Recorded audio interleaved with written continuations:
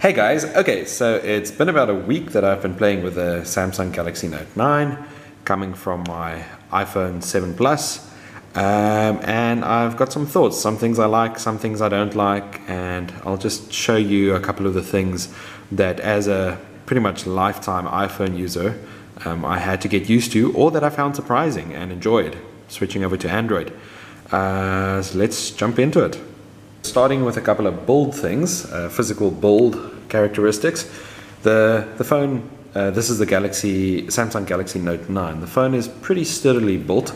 There's no play anywhere on the pen or the buttons and so on. Everything feels really solid. And having watched a couple of videos of drop tests and the like, it seems to be quite durable as well. I did notice two things about the build that I don't like though. One is, for some reason, you should be able to see that there, my camera is skew. See the camera lens in the circle? It's a little bit off to the one side. And there's some dust there now because I took it out of the cover. So that's a little bit irritating. It's not the end of the world, but still not nice to see it. The fingerprint sensor is on the back with this phone, whereas on the iPhone it's on the front. And having used it for a while now, I find that I actually prefer having it on the front. So I just unlocked it with my finger now by putting my finger against the sensor on the back, and then the phone unlocks. It's a very fast fingerprint sensor as well. I would say faster than the iPhone 7 Plus's fingerprint sensor. But it's irritating that it's on the back because I generally use a wallet cover like this, where I can put my business cards, some banking cards, things like that in. And if I hold this in one hand like that, then obviously cover is in the way. I can't unlock my phone. I've got to, every time an app asks me for authentication, like my banking app, I've got to open up the wallet first, put my finger against the back, close the wallet again, then continue with what I'm doing. It's not the end of the world. It can still unlock with the facial and the iris sensors up here as well, but just looking at the phone. And I'm sure the apps that only use a fingerprint sensor right now, like banking apps, they will change in time, so you'll be able to unlock with the other sensors as well. So it's not too much of a train smash that.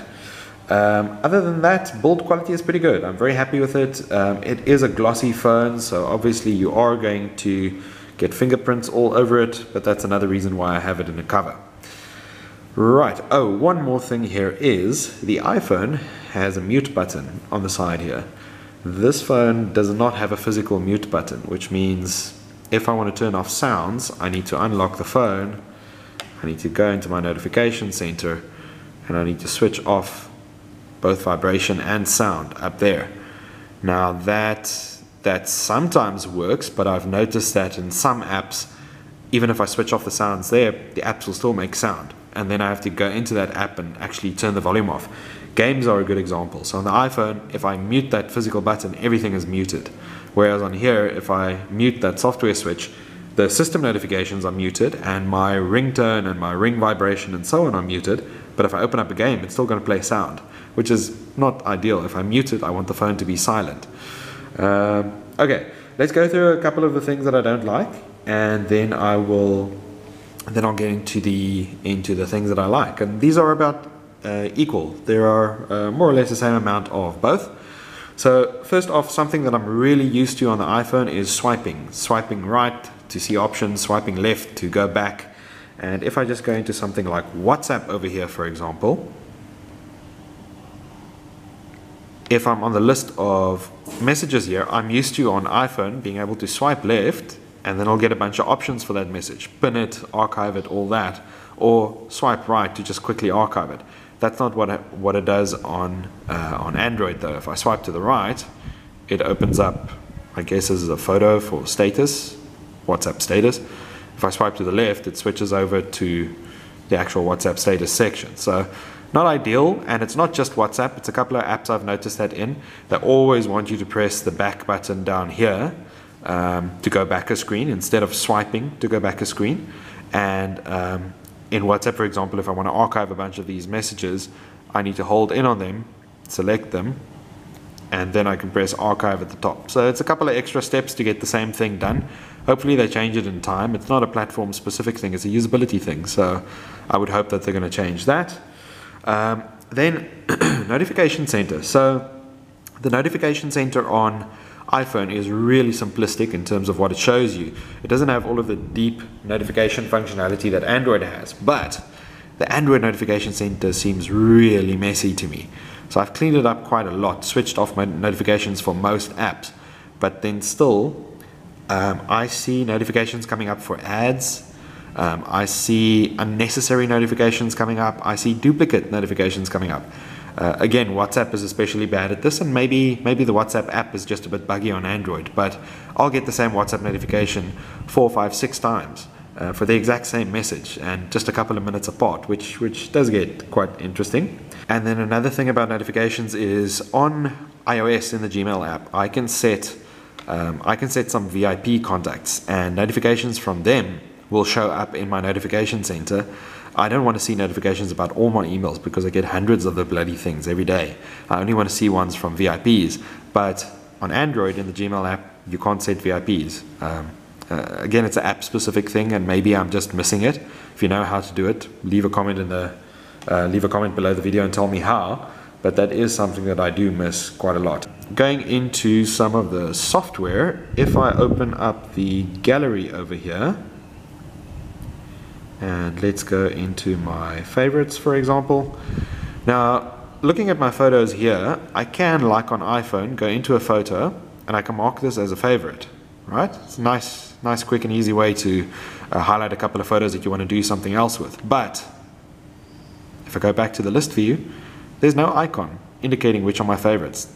Literally the only way to see which are my favorite photos is to go into the favorites folder. If I go back to, let's say the downloads folder over here, open up that photo, make it a favorite, go back to the list, there's no icon here showing me that's a favorite. So if I had 100 photos here and I worked through them and I marked my favorites because I then want to move them somewhere else, I can't do it. I've got to take a couple of extra steps. I've got to go back, I've got to go into favorites, I've then got to select by holding in just the favorites that were from that original album that I wanted, and then I can finally do what I want to do. So it feels like it's unnecessary. If you've got a favorite feature, just indicate which ones are favorites as well. Kind of makes sense to me.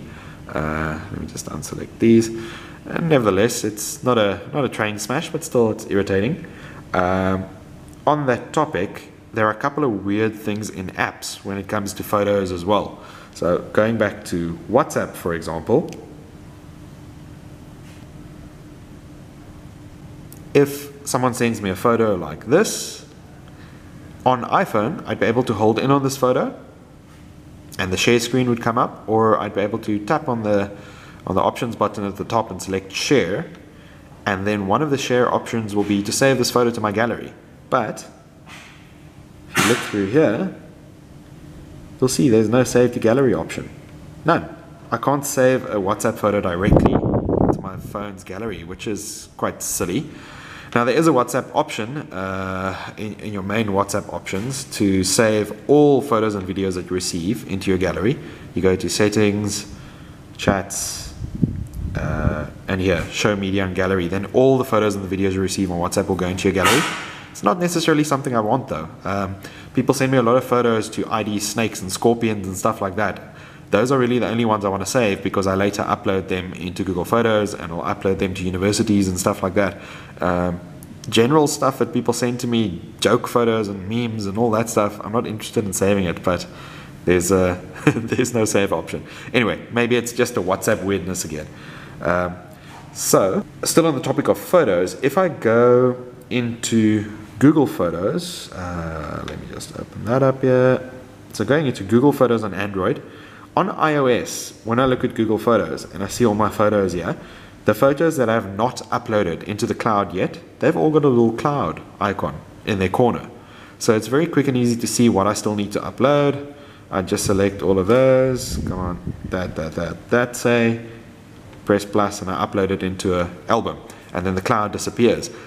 On the Android version of Google Photos, it doesn't show that cloud icon. So there's absolutely no way, by looking at Google Photos, to see which of your photos you've already backed up or not. Now you can switch on backups under settings, backup and sync. That will automatically back up everything to Google Photos, but I don't want that. I want to back things up selectively because I put them into folders. I don't want them all to just go and lie in my photos folder and then I've got to find them afterwards and arrange them from there. So a slight workaround that I found to this is if you go to gallery and you select a couple of photos from here and you open up the share panel, you've got an option here to upload to photos, and I can select which Google Photos account I can upload, but again it doesn't ask me for an album, so at least I can upload it bit by bit, but then I still need to go to Google Photos, find it amongst all my other photos, add it into an album. It's very irritating. While we're on the topic of Google Apps, let's go into something where I can write something. Like, let's say I want to write a message. Okay, so here I'm writing an SMS, okay? If I use Google Dictation, I can't insert punctuation, and maybe I just don't know the right keywords, but on Apple, even though Siri is absolutely horrible, at least with Siri I can say something, something, something, full stop, new line, exclamation mark, stuff like that. But if I try and do that with Google Dictation here, you'll see what happens. This is me writing a sentence, full stop, new line, new line. I wish I could add a punctuation and paragraphs, exclamation mark. So you see, that's kind of silly. It kind of makes the whole dictation thing useless unless you want to do it on a word-by-word basis. I like to often, while I'm getting ready, just dictate a whole long email or message, but I can't do that now because I can't put my punctuation in. If you guys know how to do this, maybe just leave a comment on the video and explain to me how to do it. Like I said, maybe I just don't know what the right keywords are, but that's definitely an irritation as well. And don't worry guys, it's not all bad things. I'm just going through the things I don't like first, then I'll get to the things that I absolutely love. Also on text, if I try to do copying and pasting and just selecting text and all that, my opinion, it's horrible on Android. So let me write some stuff here. I'll just use the non-working dictation again. This is a sentence, comma, blah, blah, blah, exclamation mark. Don't you wish you could put punctuation in, question mark. Okay, so I've got a bit of a sentence there. Let's say I want to select some text from blah, blah up to punctuation. On both iPhone and Android, I can select an area by double tapping on the first word, just dragging down to wherever I want it. And then I've got it there, and then I've got my copy, paste, and all those other options. Let's copy that. But if I just want to jump to a specific part of the text, let's say next in the middle of sentence over there, I can't hold in and then move my cursor somewhere like I can on iPhone. It's always going to do the selection thing for me. I've got to tap once and then drag this little thing to where I want it to be, and while I'm dragging it, my finger is over it. On iPhone it shows a little loop, a little magnifying glass, so you can just see where you're actually dragging the cursor to. It's a minor thing again, but it's just a usability thing. I mean, there's no sense doing that. I can't see where I'm putting the cursor. I've got to check, okay, try and guess I'm going to move it a millimeter. Oh, it's too much. And there, finally, I've got it in between the N and the T. So that's a tricky one, a little bit irritating. Another thing is if I tap somewhere in here, on iPhone, immediately the copy, paste, select all that stuff would come up. On Android, I've noticed I need to hold in. Okay, so now it does that. I want to hold in on that empty space over there. Come on. Okay, so it doesn't want me to do it. Let me just move this thing up there, tap on it, there we go. Then I finally get my paste options and so on. It feels a little bit clunky. I'll show you another example in WhatsApp. This copy paste dialog I'm seeing here, I think maybe Samsung's own custom one that's built into the Messages app. Let me show you the standard Android one. Let's open up this message, for example, this chat, for example. If I just tap there, the paste dialog and stuff doesn't come up. I need to go and hold in 1, 2, 3. Okay, there it finally comes up. 3 seconds every time, which becomes a bit irritating. It feels like I'm wasting time. Then I can finally paste. Something that is nice with a copy and paste on here though is the clipboard. So on Android, it stores a record of a whole bunch of things you recently copied, and you can just go and find them and paste them again. That's quite handy. On iOS, it only stores the very last thing you copied. You can't see a history of what you copied into the clipboard. And then in here, I'll just mention to you quickly what I meant by swiping. So let's say I don't want to send this message. I'm just going to take all of that out. I don't want to go back to the previous screen. It only makes sense that I can swipe back. Yes, no, no, I can't.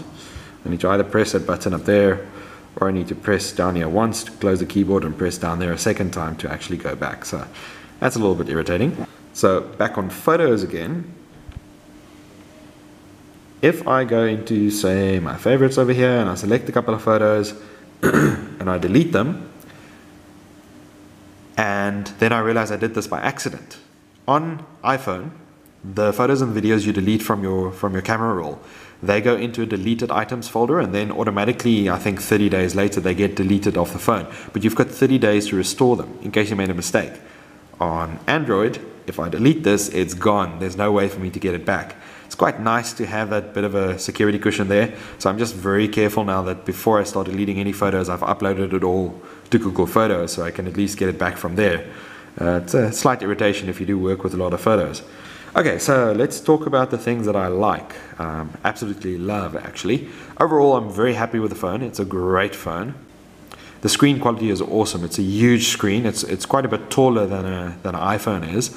And then the vibrancy and the color of the screen, they're also a lot better than what I've seen on iPhones. Now, that being said, a big screen like this, you would think would have things like 3D touch and so on, like you get on the iPhone, where, let's say, Chrome over here, I could hold in on the icon, press a bit harder, sorry, not hold in, press a bit harder, and then a couple of options comes up. Doesn't work that way. By the way, you see that I've got Do Not Disturb switched on, and I've got all my notifications switched off, but a notification still popped up on the screen. Like, what the hell? Okay, so on iPhones, the screens are pressure sensitive, so I could normal press on an icon to open up the app, or I could press a bit harder to have a couple of options come up. There's no such thing on this phone, unfortunately. You've got to hold in, so then your extra options come up. It's a minor thing. It hasn't really bothered me so far, but it's still a difference. Now, with a bigger screen like this, there's always a risk that you're going to use more battery power, which is certainly the case, I think. The phone does have a very big battery. It's about double the size of the iPhone 10 Max battery, I believe. I think the iPhone 10 Max is 2,300 milliampere hours. This battery here is 4,000, so it's supposed to last twice as long. Samsung promotes it as an all-day phone. You charge it once a day and you don't have to charge it again.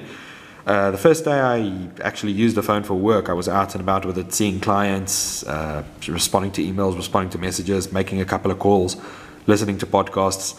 I think it lasted until 2 o'clock the afternoon before it told me that it needed to switch over to low power mode. So all day battery, no, not so much. You're still going to have to carry a charger around with you. The battery life is better than what I've seen on the iPhone though. And it's awesome that it has a USB Type-C charger, which you can plug in anywhere around, and which you can get a cable for pretty much everywhere. You don't have to buy a expensive proprietary Apple cable. Now, a very nice feature that I use a lot now on this phone is the ability to open apps in split screen mode. So let's say I have WhatsApp open and I also open up Google Maps. If I now want to compare something between these two apps and I want to see both at the same time, I can do it. I go into the app switcher, shows me all my recent apps. Let me just close a couple of things here. So it shows me all my recent apps and I just tap on the split button there. There it puts WhatsApp on top. I can select which one I want at the bottom. There we go. I can adjust. Oh, sorry, let me just do that again. There we go. I can adjust. How does this? What's this? Oh, that flips them around. I can also, come on. I can also adjust here how much of each app I want to see. That's quite nice.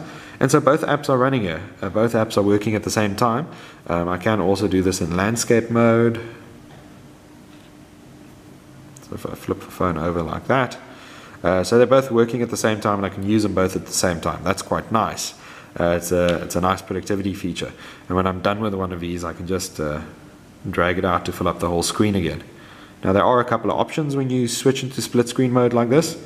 For example, I think this is to open up the app in its own window. Yeah, there we go. So now I've opened up this app in its own little window over there. So you see Google Maps running as a separate window on the phone. I can go out. No, I can't actually go out. It's just going to be... Okay. What you doing now? Okay, anyway, well, you can kind of have it in its own little window. Let's try it again. There we go. So I can make it a bit smaller, bring it in here, then I can still see the other app and I can still interact with both as well.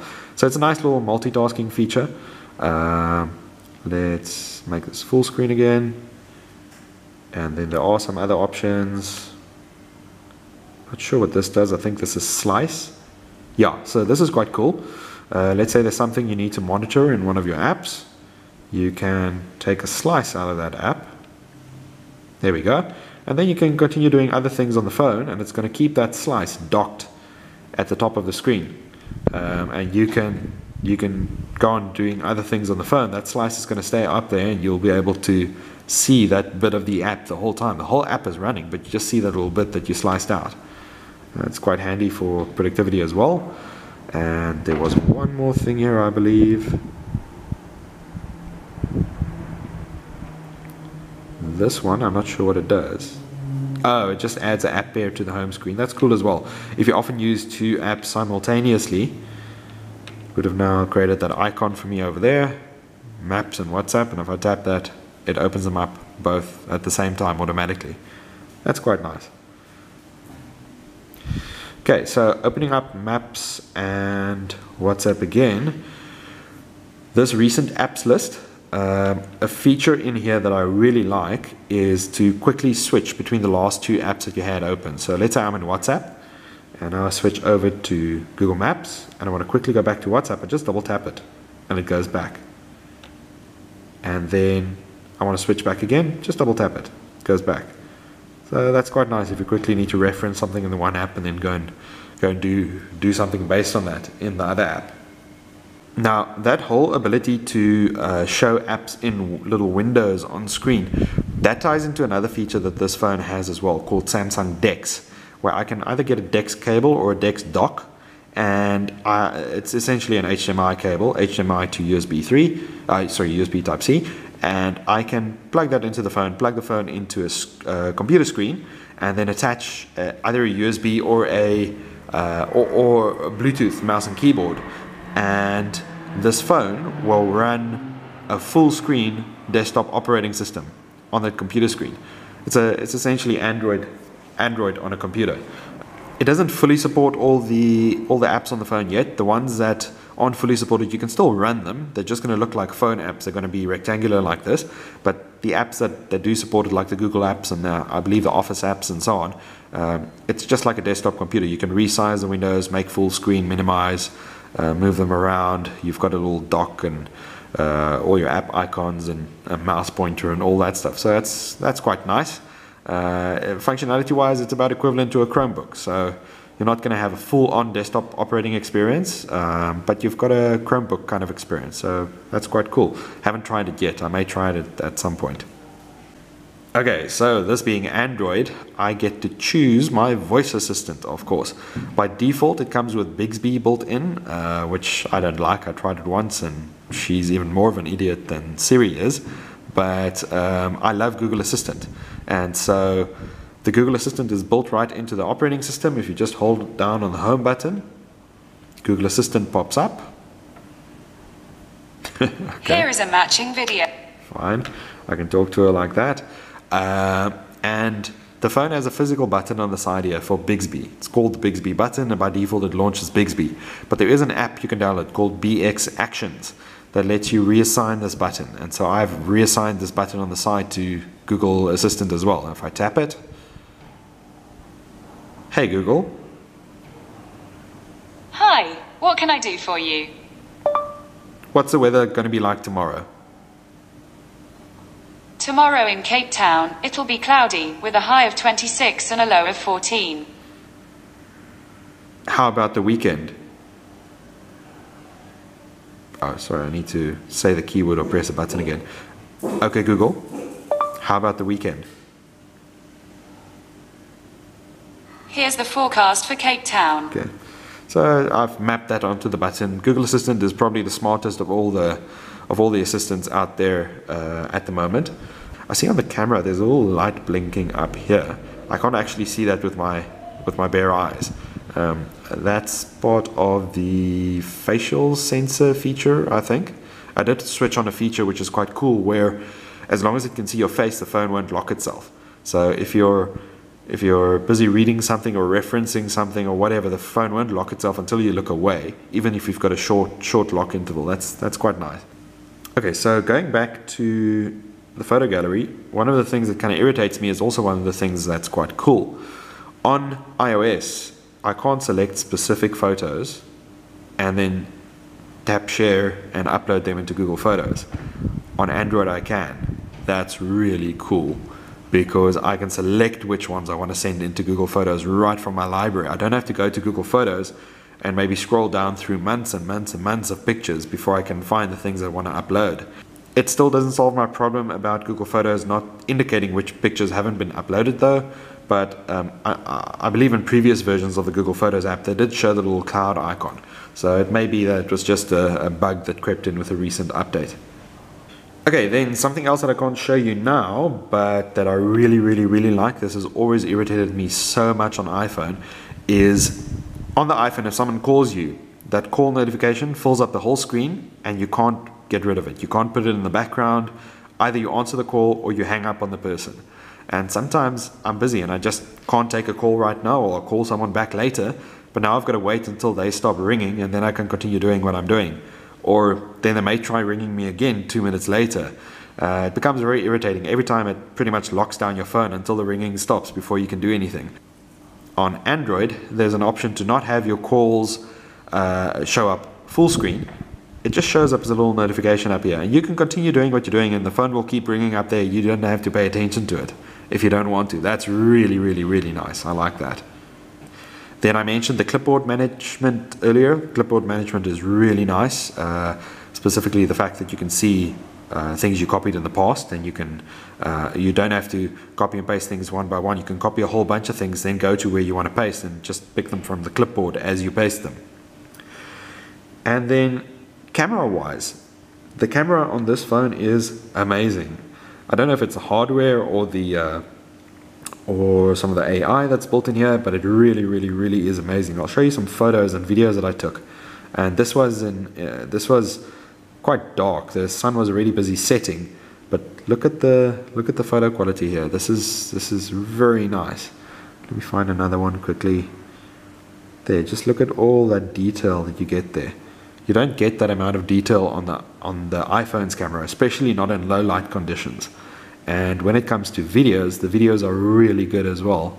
Let me show you this one. Let's turn that on its side.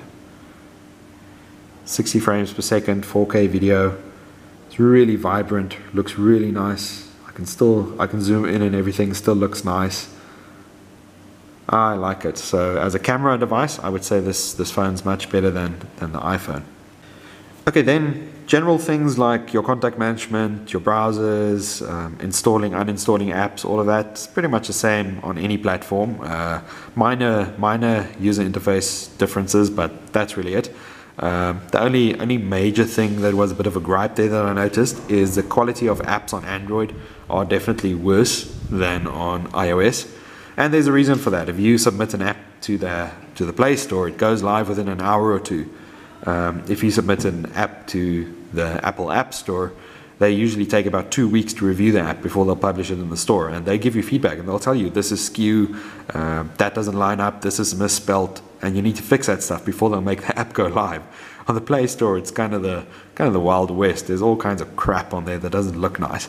But again, the apps that I use doesn't really bother me that much, and I'm not going to install a whole bunch of junk just because I can. It is a bit of a letdown though that there are things that can look quite ugly on here. Okay, so overall my thoughts, a couple of features on the phone that I haven't used yet. I haven't really used it for gaming that much. It's supposed to be a really good gaming phone. I haven't used the stylus that much. only every now and then, although I find the screen capture and markup feature awesome. So let's say I do that and I want to take a screenshot here of that. I can bring that in. I can, how do I do this now? I can draw on this. So I can add a couple of things in here. Where's my tools? Yeah, you've got your pens and your cropping and all that stuff. It's nice to quickly show someone how to do something. It's also quite good at recognizing handwriting. So if I open up this, say, and I hover over this text box, there's a little button that appears and I can tap on that. Yeah. And then instead of typing, I can write something. So let's say, hi, this is a test. My handwriting is horrible, but for the most part it did recognize what I wrote there. Oops. Full stop. Oh. Oops. Yeah, okay, you can't double tap spacebar for a full stop. There we go, full stop. So this is quite nice, and you can use this pen as a remote as well. Like there are all kinds of features you can set to the button. You single press, double press, hold it in. It does all kinds of interesting things. Like for example, something I'll probably use a lot is on the camera. If I've got the camera open, I can use this button to take a photo. Okay, so single press is take a picture, double press is switch camera. So double press will flip around to the other camera, and single press takes a photo. That's quite nice. You can customize what that button does to some degree as well, and it's handy in a couple of apps. Not just that, just navigating through the phone I found is very nice and easy with this, especially because it's such a big screen. You can reach further with a pen than you would necessarily with your finger. There's a very nice kind of game-ish app that comes with the phone as well called Pen Up, where you can do sketches and drawing, and you can do coloring and all that kind of stuff. It's actually quite relaxing. So for example, if I go to my drafts here, here's a picture someone else made that I'm busy coloring in, or this is quite a cool feature as well. If I go to my drafts, here's a sketch, well, an outline really I did. This is of a boomslang with all the scales, and you do that by putting a photo in the background, and then you can now zoom in and start drawing and coloring in afterwards and all that. Yeah, so it's nice to play around with. I do like the idea of a stylus because I do take a lot of notes, and it's got the Samsung Notes app built in. So if I just tap there and I tap on, oh no, sorry, I changed that shortcut. Anytime I've got the pen out, if I'm on the main screen, I just press the pen's button. Press it or hold it? I think hold it, yeah. It brings up this and I can start writing my notes here. That's quite cool. Also, when this phone is asleep, like so, just give it a second. Okay, technically it's asleep now. It does have this thing called an always on screen. It never switches off completely. Apparently it doesn't use a lot of battery power to do this.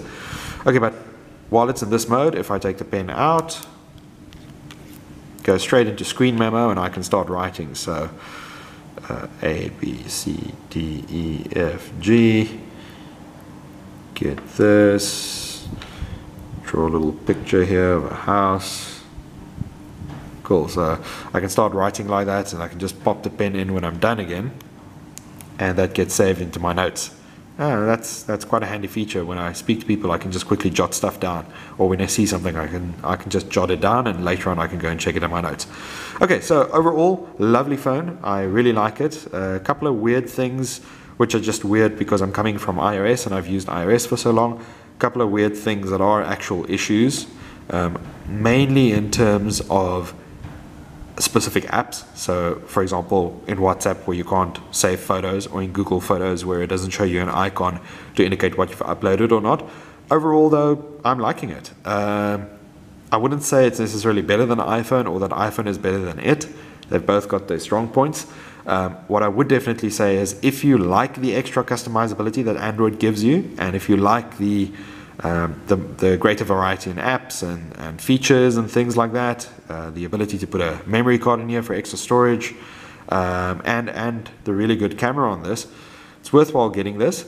But I would not recommend that you let your non-techie friends or family members get an Android phone like this. Rather just get them an iPhone, else you're going to have to do IT support for them for the next 2 years until their contract is done. iPhone is nice and simple and easy, and there's not a lot of stuff you can break, and it gets the job done. Cool. If you guys have any specific questions about the phone or the features, leave a comment below.